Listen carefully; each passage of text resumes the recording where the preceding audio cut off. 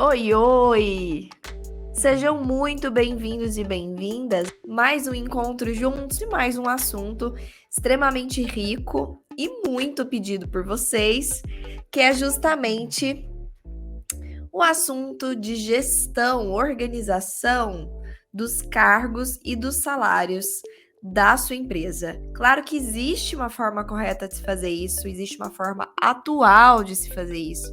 E é o que nós vamos falar aqui hoje, para que você não cometa erros muito recorrentes que vários profissionais acabam cometendo aí nessa jornada de implantação dos seus cargos e dos seus salários dentro das empresas. Nós vamos falar especificamente sobre essa metodologia capaz de tornar esse processo muito mais assertivo, com um resultado impossível de ser ignorado, que é algo que eu falo com frequência aqui com vocês, que é de fato uma intenção, tem que ter uma intencionalidade no que a gente faz, que é gerar resultados impossíveis de ser ignorados pelas empresas para que nós de fato tenhamos também frutos disso, para que nós sejamos reconhecidos e valorizados pelo que nós estamos fazendo. Bom, você que é novo e nova por aqui, meu nome é Elissandra da Mata, eu sou fundadora do Instituto RH na Prática, que é uma escola de ensino à distância para capacitação de profissionais de recursos humanos. Então, a minha missão aqui com você é, de fato, elevar o seu nível de atuação, fazer com que você seja um profissional estratégico, generalista e reconhecido.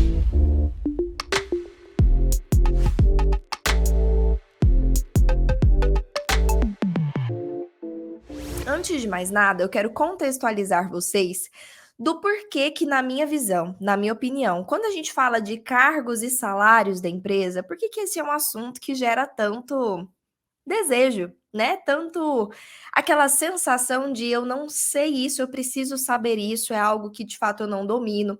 Por que existe essa quantidade, né? É algo que eu fiquei refletindo quando eu joguei nos stories.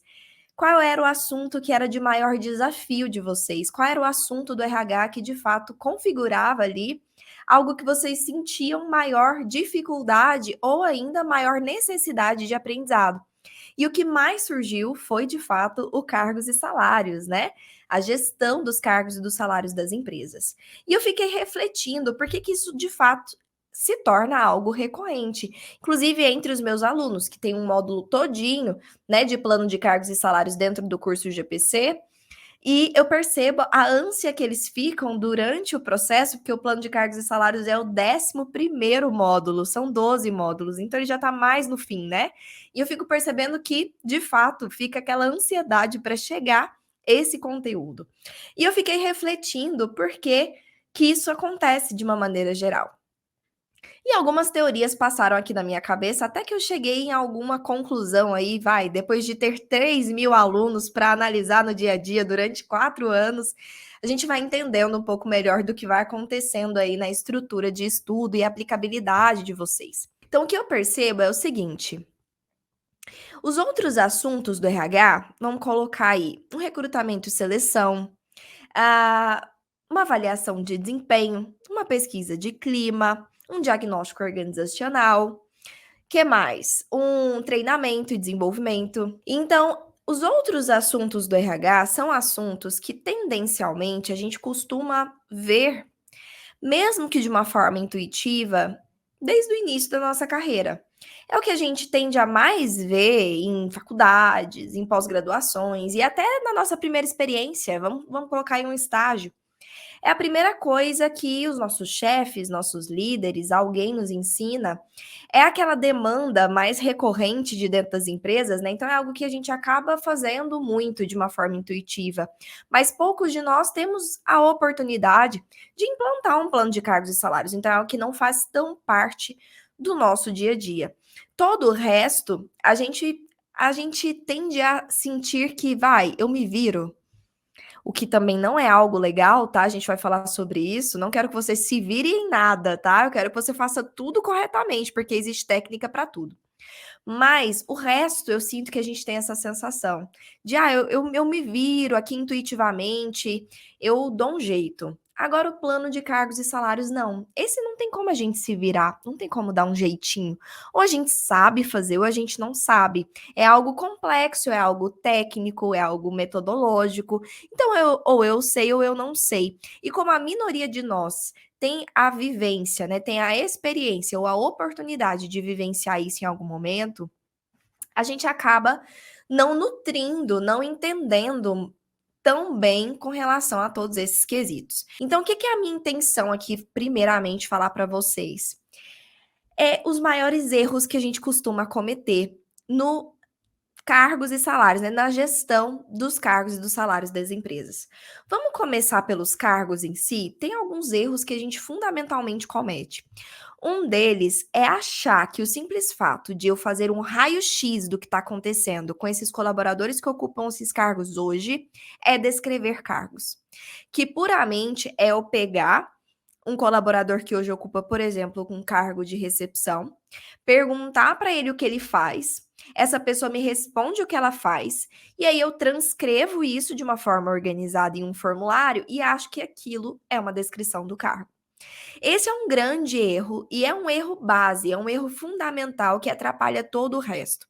Se a gente for parar para pensar, o cargo é a base de tudo, né? Eu não consigo recrutar sem conhecer aquele cargo direito, eu não consigo avaliar aquele cargo se eu não o conheço direito, eu não consigo treinar aquele cargo se eu não sei exatamente o que ele executa e quais as necessidades dele, eu não consigo, por exemplo, fazer até um plano de cargos e salários, obviamente, sem conhecer aquele cargo, porque eu não entendo das carreiras, eu não entendo o que aquele cargo faz. Então, conhecer o cargo é o princípio fundamental para todo o resto. Eu costumo dizer que é a fundação do que a gente faz. Então, começar com uma fundação errada significa que todo o resto que você for construir em cima dessa fundação vai estar em um terreno de areia, que não é um terreno sólido, né? E isso é um grande perigo, é uma grande armadilha para nós. Então, qual é a forma certa de se fazer olhando pela perspectiva do cargo? Primeiramente, sim, eu tenho que fazer esse raio-x, é o primeiro passo, mas não é o único. Após esse raio-x acontecer, de entender qual é a realidade atual, eu preciso ter na minha mente uma clareza de que descrever cargos é eu definir a situação, o cenário ideal. É eu definir aquilo que eu quero que seja realidade daqui para frente. E pode ser que o que esteja acontecendo hoje não seja ainda o cenário ideal, não esteja ainda adequado ao que a empresa espera. Então, eu preciso, primeiro, fazer um diagnóstico, um raio-x do que está acontecendo hoje, do que essas pessoas estão fazendo hoje em seus cargos, e aí eu passo para a parte estratégica. O que é a parte estratégica? É a análise disso. É o momento de eu entender, primeiro, tem alguma atividade que está sendo executada por um cargo, e aí sempre, sempre se lembrar que aqui a gente está analisando cargos e não pessoas. O fato de você ter usado as pessoas para levantar informações desses cargos é uma coisa, mas na análise você vai esquecer pessoas e você vai pensar naquele cargo. Qual é a intenção da empresa para aquele cargo, independentemente se hoje está a Juliana, amanhã pode estar o Pedro, depois de amanhã pode estar a Gisele, não interessa quem ocupe. Qual é a expectativa da empresa para o cargo? Então, é uma alerta importante. Quais são as análises? Primeiro, tem alguma coisa que hoje esse cargo executa e que não deveria estar sendo executada por esse cargo? Que deveria estar sendo executado por outro cargo? Tem alguma coisa que esse cargo deveria estar executando e ele não está executando? Por algum motivo? Ele não sabia, por exemplo, que tinha que executar aquilo? E a empresa sentiu falta ali que aquele cargo não está executando aquilo? Segundo, terceiro já quer dizer, né? Tem alguma atividade que aquele cargo está executando que está incompatível com o seu nível?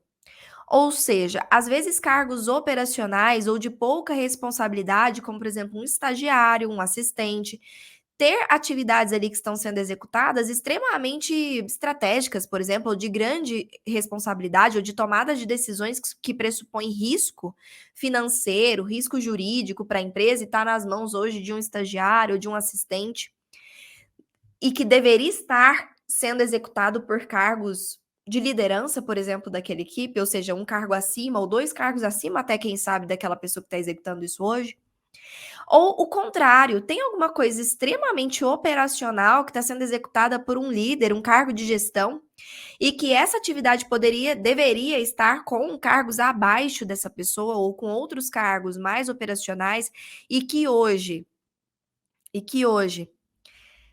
esse líder está perdendo tempo, despendendo tempo fazendo, sendo que a sua hora é paga pela empresa para que ele execute coisas estratégicas.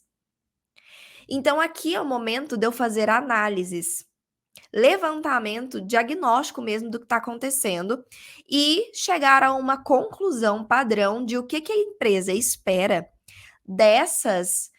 desses cargos daqui para frente. Qual é a realidade ideal? E aí é onde então eu vou organizar e descrever esses cargos em cima do que eu quero que passe a ser uma realidade dali para frente. E daí sim eu vou fazer isso acontecer, alinhando isso com essas pessoas após estar pronto e aprovado, mudando, fazendo essas mudanças necessárias. E aqui eu só estou falando de atividades, hein?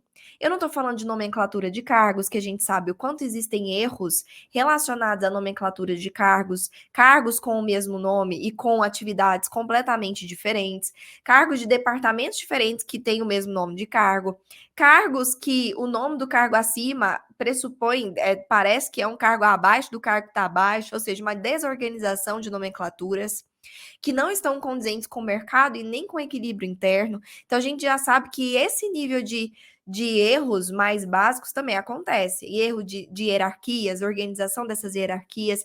Então, já começa por aí. Se você não tem essa parte organizada da forma correta, você tem aqui um grande perigo de estar construindo todo o resto em uma base de areia, tá?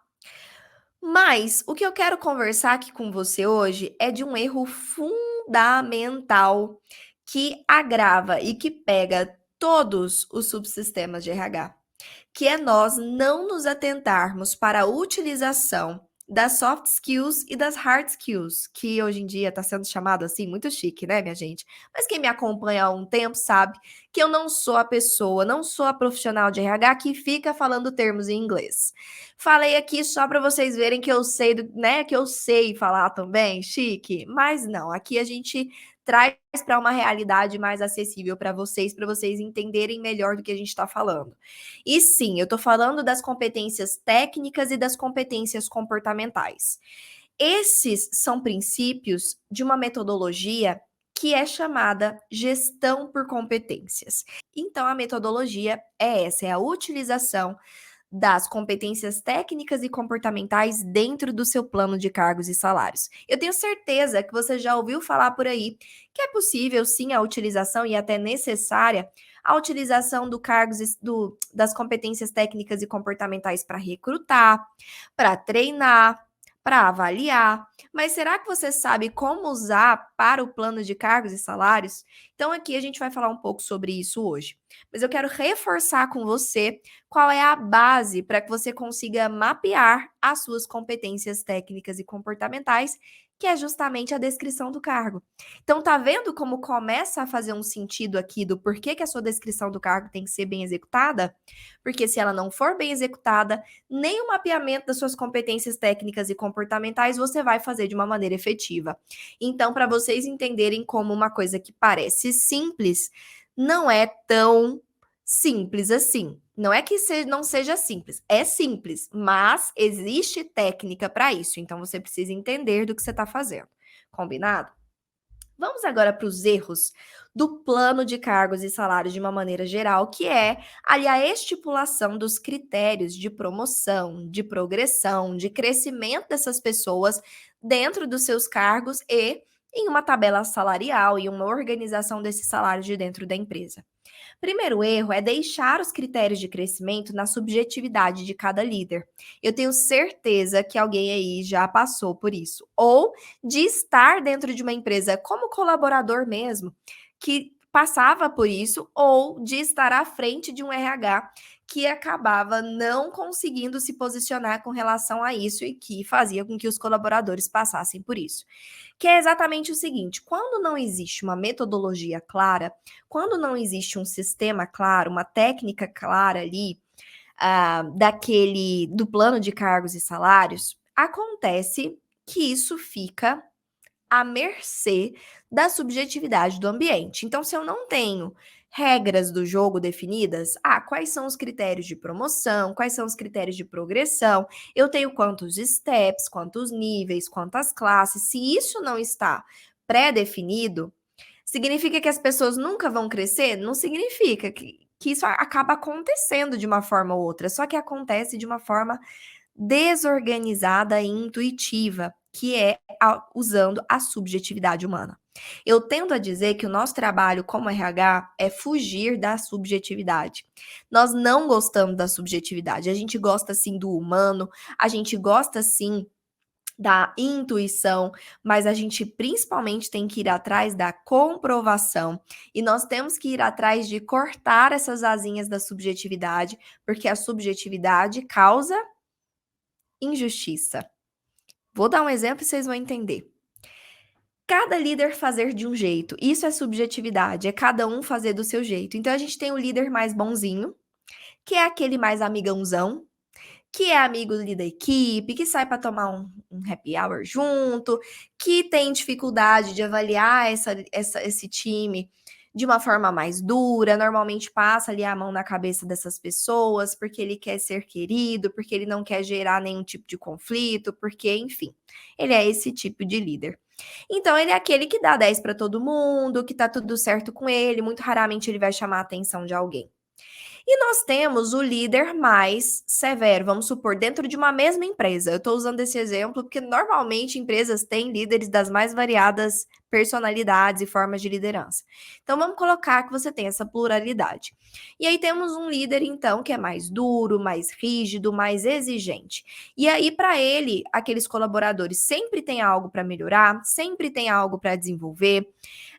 Ele tem aquela sensação de, se eu der nota 10 para as pessoas, eu não estou ajudando essas pessoas a se desenvolver, eu vou colocar elas numa zona de conforto, então eu preciso forçar mesmo elas para que elas sempre estejam em desenvolvimento. Ninguém nunca tá, 10, 10 não existe, ninguém é perfeito, então ele sempre vai ser aquele líder mais exigente. Nesse quesito, eu tenho já uma subjetividade aqui na avaliação, já começa por aí, que a pessoa que faz parte do time, do líder mais exigente, vai ficar, poxa, dei azar de cair com esse líder, porque olha lá o povo do líder X, tudo ganhando 10 e tudo mais, então eu percebo, já existe essa percepção interna de que é injusto, de que depende do líder. Não depende tanto assim de mim, não depende tanto assim do meu desempenho, depende mais do líder mesmo. E isso me desmotiva, obviamente. Mas eu nem tô falando só disso. Vamos para um próximo passo agora, que é o crescimento dessas pessoas. Tem aquele líder que é, então, o mais bonzinho, e que alguém que tem mais proximidade com ele ali vai chegar nele e vai falar assim: olha, eu peguei um empréstimo, eu tô com tal dificuldade, eu financiei minha casa e eu tô precisando. Eu já tô aqui já tem um tempo e eu tô precisando muito de um aumento. Você não vê se você consegue, já que eu tô aqui já tem 2 anos, vê se você consegue alguma coisa para mim, XYZ.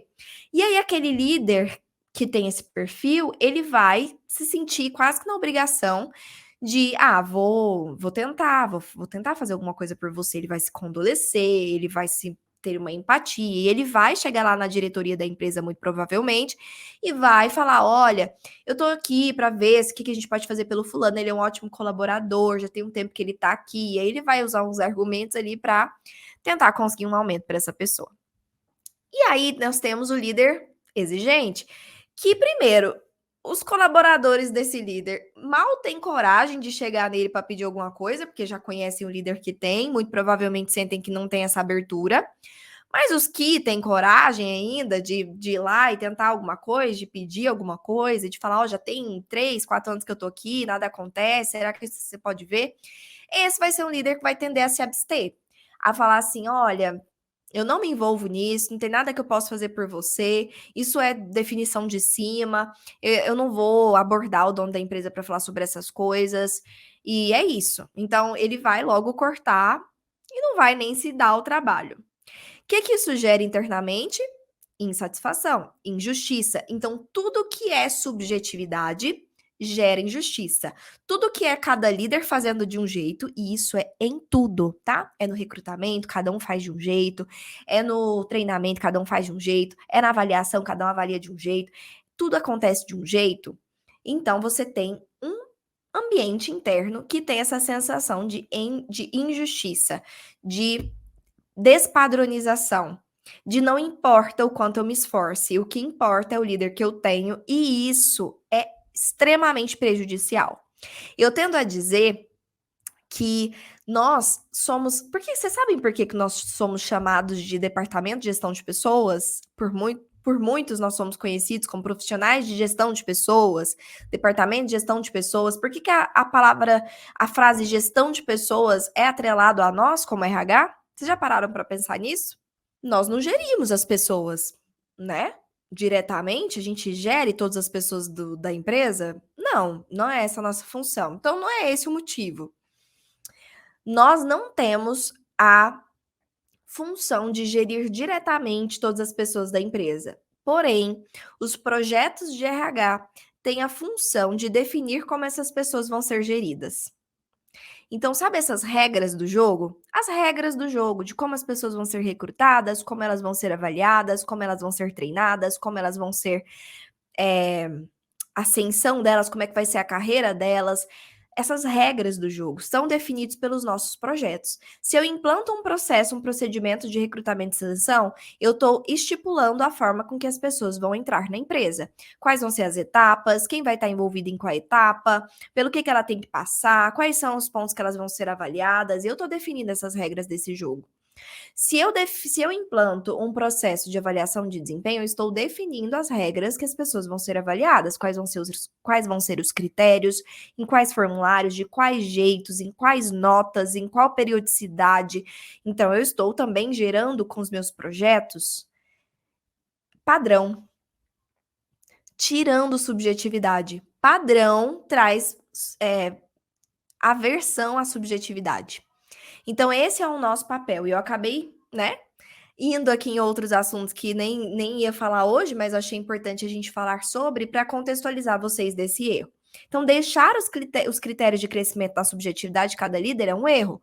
É aí que entra o nosso processo, implantar um processo, um procedimento, um passo a passo, as regras do jogo, que de fato vão estar definindo como essas pessoas vão andar dentro da empresa em quesito de progressão, que é crescimento no próprio cargo, e promoção.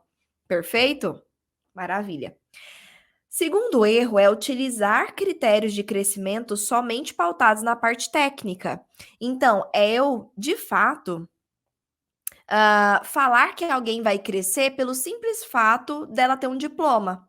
Ah, consegui, trouxe um diploma de pós-graduação, então já ganha um aumento, já está apto para atingir, para ocupar o cargo de cima. Trouxe um diploma de alguma coisa, tem tantos anos de experiência, então já está apto. Eu não posso fazer isso. A parte técnica ela é importante? Com certeza. Tanto é que a gente fala sobre competências técnicas, né? É um dos grupos de competências que a gente está aqui levando em consideração. Mas não pode ser a única. Se eu não atrelo isso também a comportamento, eu estou dizendo que eu não me importo com o comportamento. E a gente já passou desse ponto, né? Nós como profissionais de RH já estamos aí em 2022, a gente já sabe o quanto essa temática tem sido repetida, o quanto é importante sim nós incluirmos essa totalidade do ser humano, de entender que muitas das vezes, grande parte das vezes, as pessoas elas são consideradas somente na parte técnica e acabam sendo dispensadas pela parte comportamental, porque é um fato importantíssimo. Então não tem como eu falar para a pessoa que ela vai crescer simplesmente para ela me entregar um diploma de uma pós-graduação, porque o que que garante que essa pessoa está pronta para ocupar outro cargo ou que ela está apta a ganhar um salário? Quem me garante que o desempenho dela está bacana, que ela realmente está fazendo algo produtivo, que ela está contribuindo para a empresa? Cadê esses pontos? Esse diploma, ele quis dizer o quê? Ele está acrescentando alguma coisa? Cadê esse conhecimento? A pessoa está colocando esse conhecimento em prática dentro da empresa? Algo mudou? Ela apresentou um projeto de melhoria da área? O que aconteceu com esse conhecimento? Ele, enfim, gerou mudança aqui dentro porque o conhecimento ele é importante, desde que ele gere mudanças reais. Senão, ele só é um papel. Entende? Então, essas coisas a gente tem que levar em consideração, que eu também preciso considerar a parte comportamental. E aqui como, Elis? Como que eu considero a parte comportamental? Vamos lá. Uma das questões, tá? É minimamente a pessoa estar bem no cargo que ela ocupa hoje. Então, se eu sou a Elissandra, a Elis está ocupando hoje um cargo de analista de RH, tá bom? Beleza. E aí, eu vou ser periodicamente avaliada nesse cargo. Então, vamos supor que você já entendeu a importância da avaliação de desempenho. E aí, você colocou uma avaliação de desempenho. Então, eu, Elise, estou sendo constantemente avaliada no meu cargo. Então, estar indo bem no meu cargo, tirar uma nota que a empresa considera como uma nota ponto de corte, que é aquele coeficiente de desempenho requerido, né? Vamos colocar aqui uma nota 7, que é o ponto de corte da empresa. Acima disso está dentro do esperado e abaixo disso é feito um plano de desenvolvimento dessa pessoa. Perfeito. Então, nota 7. A Elis está sempre tirando nota 8. Tô super bem. Maravilha. Isso significa que eu já tenho um dos requisitos dentro da metodologia da gestão por competências, um dos requisitos para me configurar como uma possível candidata a crescer dentro da empresa, porque eu estou desempenhando a minha função conforme a empresa espera, tá? Esse é um dos quesitos, dos requisitos. O segundo, que não pode faltar, é quando existe uma mudança de cargo. Então, se eu vou passar, muito provavelmente, né? Estou sendo avaliada para passar do cargo de analista que eu ocupo hoje para o cargo de coordenadora de RH. O simples fato de eu estar bem no cargo que eu ocupo hoje não é o suficiente. É o mínimo para eu considerar alguém para crescer, mas não é o suficiente. Isso porque o fato de eu estar indo bem num cargo que eu ocupo hoje não significa que eu vou ir bem no cargo que eu vou ocupar. Isso porque cargos são diferentes. Se cargos são diferentes, exigem atividades, execução dessas atividades diferentes, significa que no meu mapeamento de competências técnicas e comportamentais, eu vou ter identificado que a necessidade de comportamento e de técnica para esses cargos também é diferente. Então, pode ser que hoje eu esteja sendo avaliada nas competências técnicas e comportamentais do cargo de analista, e nessas eu estou bem, estou desenvolvida. Mas pode ser que eu ainda não esteja desenvolvida em uma competência comportamental primordial para o cargo de coordenação e que eu ainda não tenho. E que eu só vou descobrir que eu não tenho quando a empresa me joga lá. E aí eu começo a me perder, minha produtividade cai, meu desempenho cai. Por quê? Porque eu fui colocada em um lugar que eu não estava pronta para assumir. Entende? Então, aqui, além de estar bem no meu cargo, que é o mínimo, eu também preciso que esse colaborador passe por uma avaliação no RH com relação ao cargo que ele vai ocupar. Que avaliação é essa, Elis? É a entrevista comportamental, que é a mesma técnica utilizada no recrutamento e seleção. Porque se a gente está falando de mudança de cargo, nada mais é do que uma seleção interna, né? Então, não deixa de ser um processo seletivo, só que é um processo seletivo interno. Existem critérios também que precisam ser cumpridos. Neste caso, o RH precisa avaliar através de uma entrevista por comportamental se esse colaborador tem as competências técnicas e comportamentais do cargo que ele vai ocupar. Olha só como eu já começo a trazer uma estratégia para isso aqui. Tá vendo como essa metodologia de utilização das competências vai muito além de eu jogar competências nas coisas? É estratégia. É saber utilizar a metodologia. Maravilha. Outro erro é justamente Não ter níveis de evolução dentro do próprio cargo. O que acontece? Quando eu não tenho um plano de cargos e salários estratégico implantado, o que acontece? Acontece que a empresa só dá uma chance de crescimento para a pessoa se for por mudança de cargo ou por dissídio, que eu não vou nem levar em consideração, porque, enfim, isso é obrigatoriedade, não tem nada relacionado aqui à meritocracia ou a desempenho. Mas vamos colocar aqui mudança de cargo. A empresa fica esperando uma oportunidade de mudar as pessoas de cargo e acha que isso é crescimento. Isso é fazer as pessoas sentirem que elas estão crescendo. Só que existe um porém, tá? Imagina você, eu, Eli, estou com cargo de analista. E o cargo acima de mim é de coordenadora. Meu sonho é atingir o cargo de coordenadora, porque eu sei que eu só vou crescer salarialmente se eu mudar para o cargo de coordenadora, tá bom? Só que hoje existe a Jéssica, que tá no cargo de coordenadora. E a Jéssica não tá com cara de que vai sair nem tão cedo da empresa. A Jéssica é uma colaboradora antiga, a Jéssica muito provavelmente vai ficar muitos anos ainda, e eu fico com aquela sensação: poxa, Jéssica, se a Jéssica ficar muito tempo, eu nunca vou ter minha chance de ter um aumento salarial que não seja por dissídio. Então, para que eu vou me esforçar aumentando o desempenho? Você está dizendo basicamente para o seu colaborador que, olha, se não tiver um cargo para você ocupar, não adianta você se esforçar. E aqui, o que a gente quer com o plano de cargos e salários é, obviamente, estimular os colaboradores, mas principalmente trazer uma estratégia para a empresa para direcionar esses colaboradores em prol de um objetivo dela. Qual que é o objetivo da empresa? Ter colaboradores cada vez melhores, com melhores desempenhos, desempenhando melhores suas funções, trazendo mais resultados, sendo mais produtivos. Essa é a intenção da empresa. Agora, se eu tenho uma sistemática hoje que não estimula as pessoas a isso, eu estou indo contra a minha própria estratégia, meu próprio querer.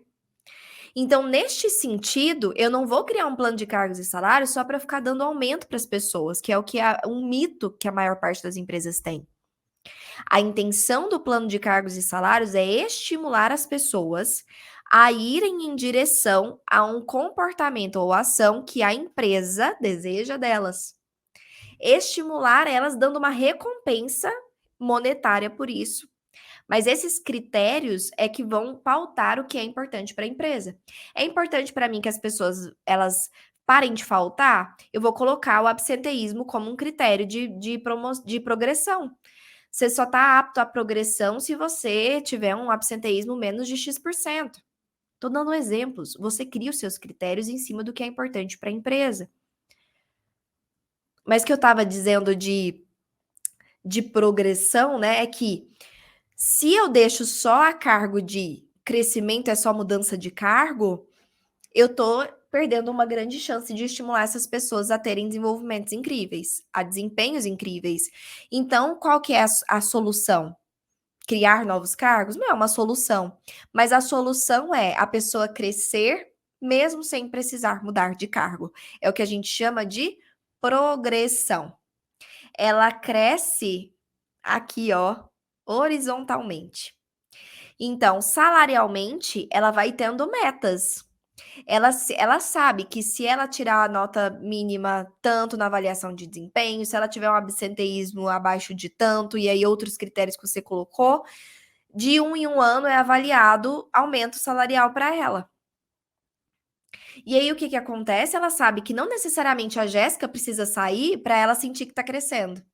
Ela sabe que ela tem as suas próprias metas, os seus próprios desafios a todo ano se superar para conseguir continuar crescendo salarialmente, mesmo sem mudar de cargo.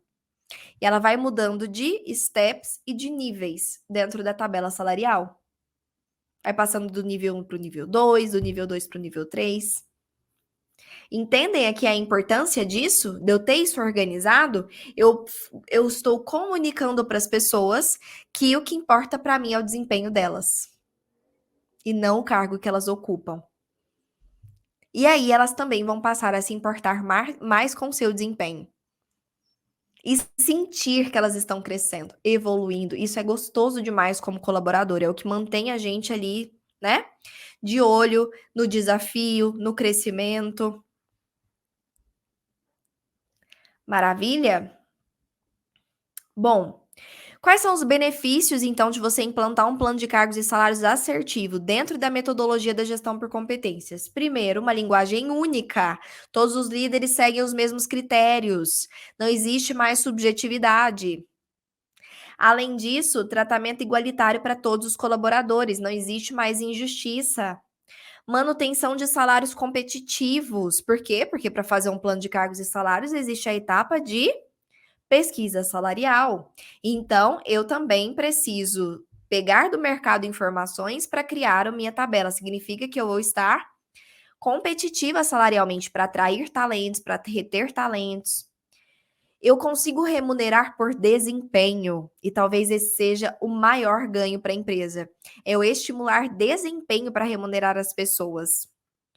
E ainda aumento da produtividade. Porque se eu estou dizendo para as pessoas que elas precisam ter um bom desempenho para que elas cresçam, eu estou estimulando essas pessoas a serem cada vez mais produtivas, mais assertivas, ok? Perfeito. Então, qual que é um sistema de remuneração que funciona? O sistema de remuneração por competências, né? Que é justamente aí a utilização das competências técnicas e comportamentais para critérios de promoção e progressão. Além disso, as competências organizacionais, porque a gente precisa sim ter essa consciência que a pessoa, ela não deve somente estar enquadrada no cargo dela, nas competências técnicas e comportamentais do cargo dela, mas ela também precisa estar encaixada nessa empresa. Ela está ali dentro de uma empresa, o que significa que ela precisa estar encaixada na cultura dessa empresa, ter comportamentos esperados por essa empresa, para que ela então tenha valores que a empresa gostaria que ela tivesse, comportamentos esperados que reforçam a cultura empresarial, filosofia, objetivo. Então, tudo isso tem que ser considerado também em reforço. Eu uso isso desde o recrutamento, então eu vou recrutar essas pessoas olhando cultura também, se esse novo colaborador, esses candidatos estão encaixados na cultura, mas eu continuo reforçando isso internamente, eu continuo avaliando essas pessoas no quesito cultural, nos comportamentos, que a gente chama de comportamentos organizacionais, né, competências organizacionais. Eu continuo considerando isso para crescimento. Então eu reforço, olha, se você não tiver encaixado na cultura, você não cresce aqui dentro, você não vai ser bem avaliado. Então não adianta só eu avaliar isso na entrada da pessoa e depois largar, como se essa pessoa já está encaixada na cultura, então eu não preciso mais olhar isso. Não, precisa sim. Precisa sempre ser reforçado o tempo inteiro para essa pessoa o quanto isso é importante para a empresa. Perfeito? Então, o que eu quero dizer para você aqui é nossa função mostrar tudo isso para a empresa. Porque às vezes a gente tem muito conhecimento, mas não sabe como passar isso para a empresa, a gente fica esperando a oportunidade surgir. E é isso que eu queria falar para você. Se você está esperando a empresa um belo dia acordar e falar: olha, agora eu entendo a importância de um plano de cargos e salários assertivo e eu quero implantar isso dentro da minha empresa, isso provavelmente não vai acontecer tão simples assim. Vou te dizer por quê. Esses donos dessas empresas, eles estão muito provavelmente preocupados com outras coisas nesse momento. Primeiro, porque eles não são profissionais de RH. Imagina só, se muitas das coisas que eu disse aqui hoje soou como novidade para grande parte de vocês, imagina para esses donos de empresa. E vocês são profissionais de RH. E eu tenho consciência disso. O quanto conteúdos estratégicos da área de RH, nem os profissionais de RH sabem. Agora imagina o dono da empresa, a dona da empresa, que nem profissional de RH é, que nunca estudou isso aqui, nunca assistiu uma live sobre isso aqui, nem é do interesse dessa pessoa nesse momento, talvez, porque está preocupado com o fluxo de caixa da empresa, com o faturamento, com fazer a empresa sobreviver, com os problemas. Então, o que eu quero te dizer é nossa função. Nós temos uma função que é sermos especialistas do que nós fazemos. Nós somos os especialistas em RH. Então, nós é que temos a função, a responsabilidade de chegar nesse dono e nessa dona de empresa e levar essa informação. Ah, Elis, mas as empresas não enxergam a importância. É porque elas não enxergam dessa forma. A visão delas é limitada. O que elas pensam que é um plano de cargos e salários é completamente diferente do que realmente é.